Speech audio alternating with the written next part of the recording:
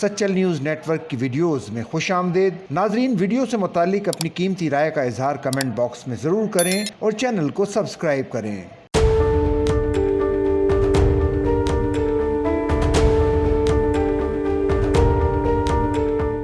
ہمارے ہاں بچوں کے ہاتھوں میں بڑی تیزی سے کلاشنکوف اور آٹومیٹک پستول نما کھلونوں کا استعمال بڑھ رہا ہے، جو خطرناک رجحان ہے۔ اسکرین پر یہ مناظر دیکھ کر آپ کو ایسا لگے گا کہ جیسے دو بڑے مخالف گروہ مورچہ بند ہو کر ایک دوسرے پر حملے کر رہے ہیں۔ جدید ہتھیاروں کا استعمال کیا جا رہا ہے، باقاعدہ پوزیشن لے کر تاک کر نشانے لگائے جا رہے ہیں، لیکن یہ اصل میں کھلونا ہتھیار ہیں اور بچے باقاعدہ ٹولیوں کی شکل میں گروہ بن کر ایک دوسرے پر فائرنگ کر رہے ہیں۔ کھلونا پستولوں میں چھرے ڈال رہے ہیں، بیچ میں ایک نالا ہے اور اس کے دونوں طرف بچے باقاعدہ مورچہ بند ہوئے ہیں۔ چھوٹی سی بچی بھی ہاتھ میں کھلونا بندوق تھامے مقابلے میں حصہ لیتی نظر آ رہی ہے۔ کچھ بچے گھروں میں بھی چھپے ہوئے ہیں اور باقاعدہ فائرنگ کا جواب دیتے ہوئے نظر آ رہے ہیں۔ بچوں کا جوش و جذبہ اور تیزی تراری اس ویڈیو میں صاف دیکھی جا سکتی ہے۔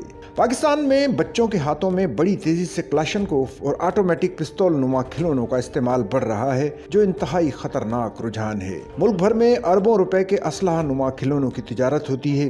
چین سے بھی بڑے پیمانے پر کلاشنکوف اور آٹومیٹک پستول نما کھلونے اور پرتشدد ویڈیو گیمز کی سیریز درآمد کی جاتی ہیں۔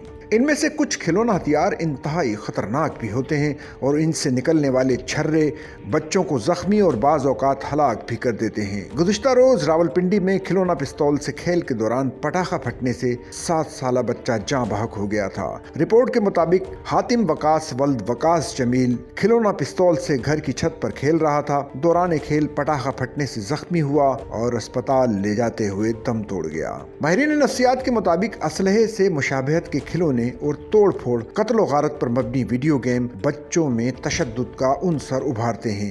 یہ بچوں کے ذہنوں پر انتہائی مضر اثرات مرتب کرتے ہیں۔ ماہرین نفسیات کا کہنا ہے کہ غیر سرکاری تنظیموں کو چاہیے کہ وہ عام گلی محلوں میں بچوں میں بڑی تیزی سے کلاشنکوف اور پستول نما کھلونے کے بڑھتے ہوئے استعمال کے خلاف مہم شروع کریں۔